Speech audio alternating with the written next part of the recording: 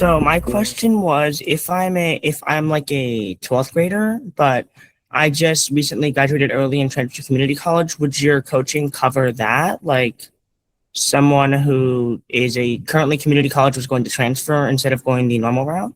Mm-hmm. So do you mean in terms of building like a transfer application after you do Yeah. your Instead right, of exactly. instead of a normal application, would your coaching cover that? Because I'm Right. Definitely. And that's something to keep in mind too, right? Everyone has a different pathway, even students that are doing a gap year, maybe to get more professional or life experience before college. So definitely. And it's all about building that whole trajectory. So briefly on that, because I've worked with students from high school on to professional programs to graduate studies, I do work with those as well and transfers. So yes, good question. Anyone else like to raise their hand? I see Rohan. Yeah, so I actually have a few questions. So starting off, say you had like some sort of research project or something. Do you think partnering with like a professor at a school you want to go to would have some sort of sway in the admissions process, or like reaching out to a professor, showing him your work, like something along those lines? So yes and no. So the point we look at is the end result. It doesn't matter the affiliation of the mentor that you worked with. In some cases, of course, that might boost it if there's a specific alignment, or for example, a school that offers an optional supplemental recommendation where you can have an external person. And if that mentor is your person and really saw your research trajectory and alignment with the school, that's great. But most schools don't offer that optional recommender. And again, we're looking at the takeaways. Did you actually explore something relevant to your intended major? Are you actively contributing hands-on to that field through your research versus the name of the actual professor? But yes, and if you are research-driven and you're applying or targeting research institutions, especially in this current landscape, definitely coming with that research background is a huge boost. And keeping in mind, is that what you want to do when you're in college? Do you want to have access to those unique research opportunities early on, not waiting until grad school, for example? So definitely exploring that now. Yes. Okay, Erwin, I see next. Yes, hello. I was wondering, I've been attending programs at the college I want to go to for the past 2 years in like the field I want to go into. Could I use that to help me like get into that school? Yeah, so similar to what I said around research with a mentor, right? Of the main thing is that you're going to have personal insights related to that school, how they approach, for example, curriculum. So that will definitely help, shape your essays and your alignment and understanding of why you're a mutual fit. And in this case, maybe even identify some optional recommenders for sure. Of course, it's not a sure fit. We don't know because it depends on the rest of your holistic app, but it can definitely be a boost for that. But also keep in mind, we will hold you to that, as in, if you know the school more than the average applicant that has no exposure to our college, we're going to expect to see exact examples of that in your app. Okay, thank you. You're welcome. Okay, let's see. I don't see any other hands, so let me see in the chat what we have next. I'll go back to the top. Okay. Yeah. So Better Minds will follow up with you with specifics if you wanted to pursue coaching or arrange initial consults on that. I usually offer a free 15-minute intro call to talk about your goals, your background, and see if it's a fit. My schedule definitely does fill up quickly this month, so keep that in mind, but they'll follow up and share that context. Let's see, I'm looking for questions that haven't been addressed already. So far, these have been covered. And yeah, so also, how can your counselor help you with your college essays? We addressed that a bit. The main point is, right, remember a lot of college counselors are strapped. They're working with sometimes 200 plus students all in the same year. And, often have to use sort of a one size fits all. So I would definitely sign up for any workshops they're leading. For example, often college counselors will organize like workshops around, for example, in California, sort of the UC specific applications. So taking advantage of that, also attending any info sessions by admissions reps that are visiting your school. But they can definitely help you within the context of their understanding of, again, how you fit in the parameters of your school context. And this is back to, getting that face time, making sure that you take advantage of all those opportunities. And on that, briefly, keep in mind that the difference between your high school counselor or college counselor will have a better understanding of you within the context of your school, common acceptances, established pipelines at specific colleges, whereas someone like myself is an independent consultant will have that admissions specific perspective of how would this read in the admissions room, right? And then if you do your own research and submit it, is that also looked at beneficial? So again, what we're looking for were, what were the next steps you took as a result of this research? So on that too, it's not that we're expecting a specific research under a specific mentor or a research program, whether that's paid or, supporting financial aid students, et cetera. It's what came of this research. So if you have a research problem that you want to probe and you have a clear plan on how to get there, great. Always better to have an academic mentor to support you on that. But again, oftentimes those independent research projects can even stand out even more impactfully than under name recognition. And on that, while we're addressing it, because I get this question a lot, if you've paid an organization to be part of a research program or you were admitted to one for various reasons, you don't have to put the name of that in your application, right? That's not what we're caring about. So when people ask, oh, these pay-to-plays, they don't look good, we don't need to know where you did it. We need to know what was the research project. Did you have a mentor? Who was the mentor? And what came of that? So don't worry about those logistics. I'm reading to see. Extracurricular get you high score. How useful would an extracurriculum that you got a high score in but related to your intended field? I'm not sure what you mean. Oh, do you mean a high score in terms of like an AP course that's related to the extracurricular?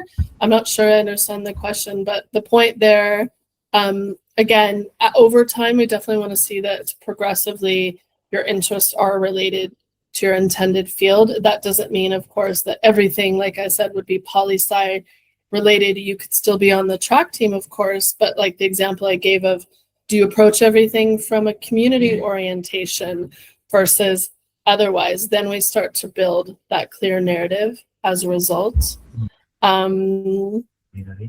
Wait, so what I meant in the question was like if you were able to go to like an international level in a competition, but that was not in your intended major. Okay, well, definitely. Well, we'll also look at that in terms of, right, the impact you got to. So for example, in a competition, right, that's the highest level you can aim for. And this is back to what was the reason for that? So maybe you shifted gears and you pivoted to a new interest junior year. That's perfectly acceptable. What we'll look for is, what did you do as a result of that moving forward, right? So often we'll see students maybe change pathways or intentions halfway through, but they've already accumulated typically like kind of on a STEM pathway around competitions, etc. But then maybe wanted to take a deeper dive elsewhere. So we would still consider that if it is at that impactful level. And again, this is where, working with a coach helps to determine what are the things that we want to emphasize in your college app versus, oh, this is a great recognition, but doesn't really serve what I'll be doing when I am in college. I'm moving on. Level competitive. So this is a very specific question. As I mentioned, we want to address ones that could be relevant to all, but because this might be on some people's minds. So what about playing a video game at a professional level as a competitive, a sport? that isn't really linked to your major as the main extracurricular. So this is an interesting one. Again, if this is what you're uniquely doing because you're not being graded, assigned, all those things, but this is where your mind goes. And I've actually worked with students that have similar passions or, free time hobbies. It still can say a lot about you. So for example, I worked with one student who was on a video game platform, with access to people all over the world. And he found that he started building community with Spanish speaking population through this video game platform.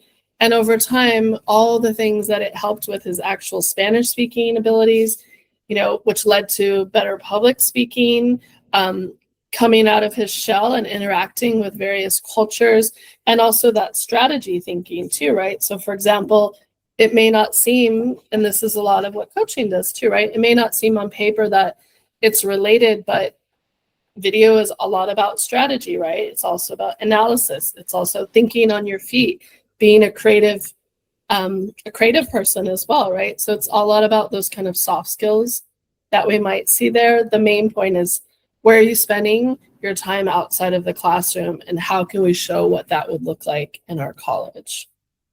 I'll save a few more minutes if I don't see any other new ones here. So if anyone else wants to raise a hand. Here's a good one. Sorry. Go ahead, Devansh. Okay, sorry, I had a question. Mhm. So, I had a question about, let's say I have 14 extracurriculars and I can only put 10, but in one essay, it's like there's a common topic, which is about how has maybe tutoring affected your life. And I have one extracurricular in my list and one out of the list, like which I haven't put because I can only put 10. So the 4 left out. Does it matter which one I write the essay about? Does it become repetitive if I use? Right. Yeah, good question. So overall, again, we're looking at intention. How did you build on these activities, and ideally, which ones are becoming more relevant towards your intended path? So for example, if you have 14 and maybe 2 are related to tutoring, but in different ways, which is the one that's been most meaningful to you, then the other one we don't necessarily need. And we're not expecting that you would, directly have to write an essay about because they're in your activities list, but usually that is the case, right? The ones that you put the most time in that are most meaningful to you are the ones you'll have the most anecdotes to share, if that addresses the question. Also keep in mind briefly, there is an additional info section, which actually the Common App recently shortened because people were just trying to max it out. We don't need to see everything you've done forever. This is where, we narrow down that top 10. If it is 10, it may not be 10. It's the quality and impact and sustained commitment versus quantity.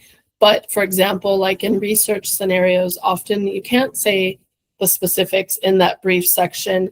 So, you can feel free to share a link if there's like media coverage on something, or the prospectus of your research. So we have a little bit more insight there.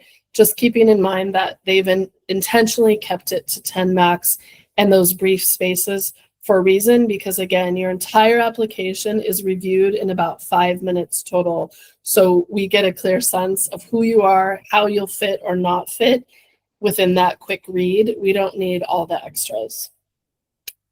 Okay, Ahmad? So I have an extracurricular that I'll probably be doing like second semester of my senior year, like after I've submitted my applications. Like, could I still include that on my activities list? Well, if you haven't started it by the time you apply, how would you address it? That's the main point. And what we want to know, and this applies to all, is within context, right? We want to know where the progress is. So for example, if you've just started a research project, you don't have any actual takeaways for it, you could still note, in progress, or, finalizing paper, or submitted to XYZ publications, waiting results in April 2027. We want to know what those actual next steps would be. But if you just have the title, there's no reason to necessarily include it there. That could be something that might be better, for example, in the additional info section of, for example, I was recently elected student body president, but that won't be until this semester. But I want, to share that context anyway, if that addresses your question. And then Lokesh, sorry if you were waiting before. Yeah, so I know I want to go to a college, and like, how would I make my high school like the best it can be so I have higher chances of getting into that college? You mean a specific college? Yeah. Well, we've kind of addressed that throughout this talk. The main thing again is why, like we've been saying, why that college? What motivates you around that beyond name recognition, rankings, prestige? What are you uniquely doing to explore it? And keep in mind that some colleges will actually track demonstrated interest, and they'll tell you that in the application. Others say that they don't, but they actually do behind the scenes. The main thing, just like I said around a love letter, right? What do you actually know about this school of why you're a fit? That doesn't mean you necessarily do their summer pre-college programs, etc. But back to like taking advantage of like, info sessions. Do they send admissions rep to your school? Did you have an actual conversation with that person? Keep in mind, those are often the first readers of your application later too. So if you've actually had a genuine interaction with them, they may remember you later. Okay. Okay, I'll take a few more here. Thank you. Next, you're welcome. Sardor?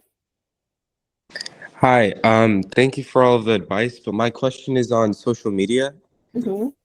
So I wanted to ask if there is a difference between a student who mentions social media presence as a stat versus someone who frames it as a body of like creative work, because I've built a big TikTok follower count on a specific niche that doesn't have anything to do with what I want to like do in a major. Right. Good question, especially in the age of social media. This kind of aligns with my previous response around, it doesn't like video gaming, right? It's something you're passionate about, and we're seeing that you're building a community around it. And the main thing that we'd look at, and it doesn't mean that it has to be like research oriented or solving a big cause in the world. It's you're passionate about it, other people are engaging. And what does that say to us in the big picture of this person in our campus, right? They will be building community. They'll be sharing awareness around a particular topic. They know how to get that done. It's also quite entrepreneurial in a sense too, right? So we might, get some entrepreneurial skills through that as well. So again, it doesn't have to all be, I'm pre-med, everything I do is about bio and science around that. It's what do you uniquely explore because you're genuinely passionate about it, and how have you built impact through that? And I'll see two more for people that haven't raised their hands yet. So Sarat, I believe you're new. Yeah, I just had a question about, you mentioned the 15-minute consultation session. So could you please like share a link to that on your website? As I said, yeah, the team will be following up with everyone after this for next steps related to that. But thank you for sharing your interest. Yeah, they'll send you specifics. You're very welcome. And I don't see any other new ones, but let's see. I'll do one last one with Rohan. I think we already addressed some, but Okay, yeah. So my last question is, what type of recommendation should you be going for? Because I know you said that you don't want like all your recommendations to come from like one specific like subfield like STEM. Would a recommendation from like a professional or practitioner carry more weightage from a teacher? Should you also go for recommendations for like from your principal or something like that? Yeah, so just to clarify on that, remember that most schools don't have an option to submit external recommenders. That is quite unique. So you don't usually have that, opportunity. You need to have, most schools will tell you 2 academic teachers within your school. And ideally, those are current teachers that have worked with you, ideally like in grade 11, hopefully even more than recent, maybe social studies teacher that you've taken multiple courses with, so that again, they get a sense of your overall person in and out of the context of just that class, maybe other activities on campus, or your overall goals and how those align. And again, like I said, the affiliation outside is great if there's actual impact in the work that you did together. So for example, I got a question this week of, oh, the dad knows Elon Musk. Does that help? Of course not. We don't care. You know the person. Does Elon Musk, and whether that's true or not, do they actually know the student? What have they done and observed within the student to show how they would fit within this college, their intended pathway, who they are as a person, the impact they've built? So keep that in mind again, of just like building your school list, the name recognition is not enough if we don't have anything substantive to support it, right? And I'll do one last one because you've been patient, Ariane, again. Thank you. So my question was, how do like Ivy Leagues or actually any school rank through their applications? Do they go like grade first, then extracurriculars, or how do they balance it out? Yeah, so as I started to say, we first look at the academic record. That's about 40% of your evaluation. And remember, again, it's holistic review. Then we give about 30% to the extracurriculars. So what did you do beyond the classroom to explore those interests? And then that third layer, again, at Stanford, we call texture. So that's the remaining sort of 30% of your character, your values, your integrity, who you'll be in our campus community. And that's what ties it all together. And the main thing to remember on all of this, right, is you can get a polished, seemingly perfect app submitted, but will you be able to articulate all the ideas that you shared in that in an interview as a follow-up? And once you are on campus, this is the main point. And this is, again, where a lot of coaching comes in, whether working with your college counselor or independent, is, what is that narrative that's coming through? Where is this balance where I'm not just banking on, oh, I got all the top, robotics competitions, great. But if that's all you've done and we don't get a sense of who you are as a whole, you create a challenge for us to advocate for you. And this is the last kind of tip I'll leave you all with, is your goal is not to get admitted. Your goal in your college app is to identify where you will thrive as a human overall, and to build that connection with the admissions reader so that we know why we want to advocate for you. Like I said, for example, of, we need to keep Ariane's app here versus these others from their school because this is the student who did XYZ, and that definitely aligns with our ethos around XYZ. The more I have clarity on how I can advocate for you, the more we can advance your app towards eventual admission. So keep that in mind too. It's not about perfection and what do admissions officers want to see. It's how can I build that connection also on a human level, which is what the personal statement is for, so that we can, share that to others. So I'm going to mute everyone from there. So I hope this was helpful. Keep in mind, again, that you're not a computer. We don't admit computers. You're a human, and often those nuances, like I shared, are what get you admitted and articulate who you are genuinely versus your accomplishments, your achievements, your grades. And just briefly on that, if you've had a setback, which many of us have, whether that's missing a lot of school, an injury, struggling, mental health issues, all these things that, can impact what your application looks like. What we're really looking at of, have you bounced back? Have you found what really makes you thrive and what you're doing with it? So doesn't mean that everything's a lost cause if maybe you struggled. It does mean, of course, that you may not be able to apply to top 20 schools if, you have a GPA of 2.8, of course. But we're really looking at that longer term trajectory and what you did as a result of it versus just the statistics. So thank you, everyone. I appreciate your time. Hopefully you didn't hear the hurricane too loudly. And yeah, the team will be following up with you after with more specifics if you'd like to move forward an intro call or eventual coaching and what that would look like. Wait, can I ask one last follow-up? Colleges look holistically, but they have millions of people sending to them. How do they actually check each person's holistically? Well, I've addressed that for an hour, so I won't go into repeating myself again. But the point is, not every one metric is going to outweigh the rest. Like I said, it's academics, extracurricular, then that texture, right? And then again, it's the institutional priorities of that year. So again, maybe we've gotten all these apps that are like robotics, AI, CS from this region. We're maxed out on that, but here's someone that is more humanities focused and what they're doing with it in that holistically. So again, it's not just your app and is it a strong one or not?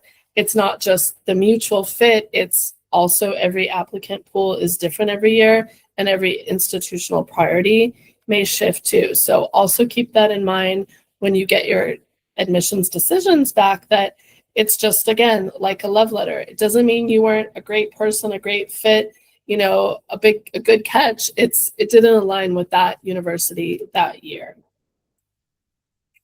Okay, everyone, have a good rest of your weekend. Sending you all good thoughts in your journeys, and the team will be in touch with you shortly. Take care.